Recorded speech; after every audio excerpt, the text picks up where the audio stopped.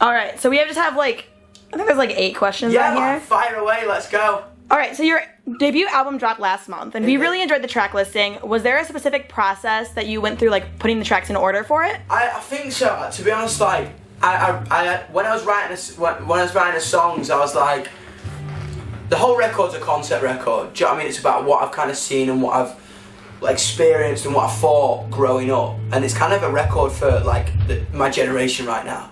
Do you know what I mean? Because we're such a smart generation. We're not just like bratty kids rebelling against the system for rebelling against the system's sake. That's like a naive way of looking at us. So like, I wanted the record to be an outlet for people who don't necessarily feel like they can be themselves or say what they think. So I think I've written the songs with that in mind, but then they just kind of fell together. And I kind of did that with a skit at the start, and I wanted to put 21st Century Liability at the start, but then that kind of changed, and I started with Die for the Eye, and then everything just kind of fell into place. It was weird. It was good. For sure. Was there any like specific lyrics on the album that you're the most proud of? Oh man, yeah, there's a couple. What's weird is seeing like the same ones getting tattooed on people. Like people keep sending me lyrics. People keep saying like, and they chucked me off a cliff and I'm still not dead. A lot of people like From Anarchist. A lot of people love a version of Romeo and Juliet. This time we added our sneakers and cigarettes from Marry Me. I don't know, man. I think to be honest, like, I'm proud of all the lines, man. Like, I love lyrics, man. They're like kind of my favourite things that come to me the most naturally. So I always kind of wanted to write a record where the lyrics actually matter. Do you know what I mean? And I kind of everyone to me, I just fucking slaved or on Polygraph Eyes, like the whole second verse. I think that lyrically is like my favourite, like kind of the lyric I've been most proud of, like forever, I think. For sure. Okay, so what made you decide to release the unplugged version of your songs? I just, to be honest, like, I never want to be able to be put in a box. Do you know what I mean? I just kind of want to, I love dabbling in different genres, and I love it's fun to make different versions of stuff. So I was like, why not? Do you know what I mean? There's no artistic bullshit reason for it. I just like, I wanted to fucking strip them back and kind of show that the songs, they're not just hooks over beats. Do you know what I mean? So like, I had a lot of fun with that, and there's going to be a lot more versions of songs coming out, which I'm excited to release. That's what I want to do, man. I just don't want to be genre defined. Fuck that, it's boring. For sure, and that goes right into the next question. And like, obviously your music does combine a lot of genres. Yeah. So clearly you don't think genres matter, right? No, man. I just like, it's just such a fucking boring way of thinking, innit? It's like, oh, well, he plays guitar, so he must be a rock artist. Or he's got 808s in his track, so he must be a hip hop artist. I'm like, fuck that, man. I just want to like mash loads of different stuff together. Because I don't want my next record to sound like my last record. Why would I want to do that? Do you know what I mean? It excites me to just be like, I want to push the boundaries in everything I do. Do you know what I mean? Because I think rock and roll right now, in inverted commas, because I come under a rock bracket, is on so much life support because it's 4 idiots in leather jackets singing about fuck all. Do you know what I mean? It's been held back by 70-year-olds in Def Leppard t-shirts saying, oh, you can't fucking put an 808 with a guitar. And it's like, why not, bro? Do you know what I mean? It's like, rock and roll's about freedom. That's the fundamental spirit to it. Freedom to express yourself, man. Ting! And that goes right into another question. You're like making this really easy for me. Oh, cheers. So you mentioned that rock and roll is on life support. What do you think that artists can do to change that? I just think not give a fuck. I think push boundaries. Do you know what I mean? I just think like, don't make a record that sounds like a record that's been made 15 times.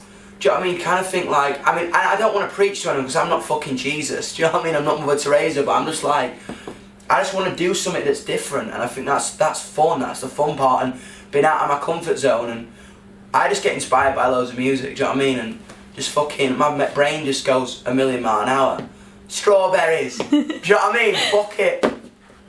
Okay, so then in your music, you talk about issues that aren't normally spoken about. Yeah. What are you passionate about, and do you think other artists should use the platform like the same way you do? 100%, man. I think a lot of people just aren't being straight up enough for me.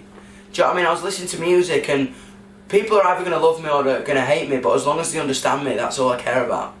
You know what I'm saying? And I think people, like, right now, like, there's so many people writing songs like, oh, baby, I love you so much, I'm going to shit myself. Or, let me fucking put money on my fucking Mercedes when my mate's standing awkwardly next to me. Do you know what I mean? I just wanted to write about what is going on in the world, because right now young people are so intelligent, as I was saying earlier.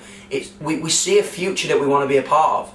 Do you know what I mean? We see a world that we want to live in, but it's been held back by a generation that don't understand us or just aren't quite ready for the world to go to that place yet. And to me, I just wanted to write a record that just talked about shit like that.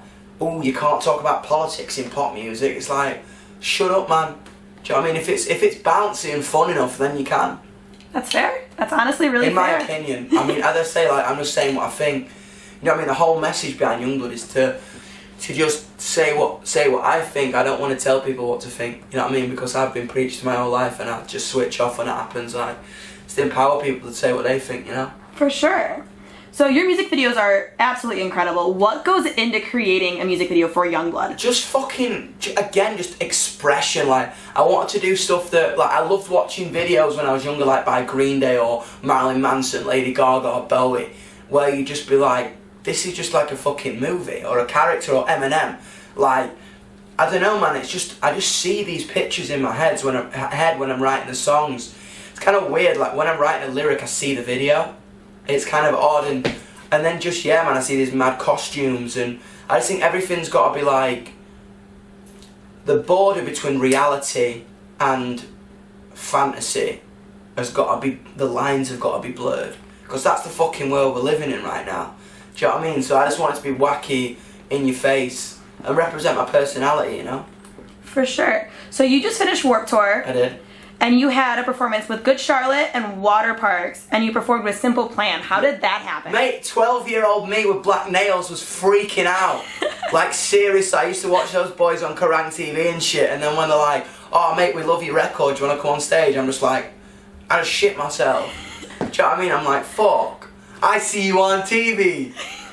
You know what I mean? It's the fucking best. Oh yeah, for sure. I mean, I grew up watching them and everything too. Totally. Like, Warped Tour was my home for so many years. And that's kind of why I wanted to do the last one, to pay fucking tribute and earn your stripes. Do you know what I mean? For sure. It's a fun tour. I've done it once, and it was... It's like the best and worst tour you'll ever do. Oh yeah, it's brutal, but it's so much fun. I had the best time, man. It was like rock and roll summer camp.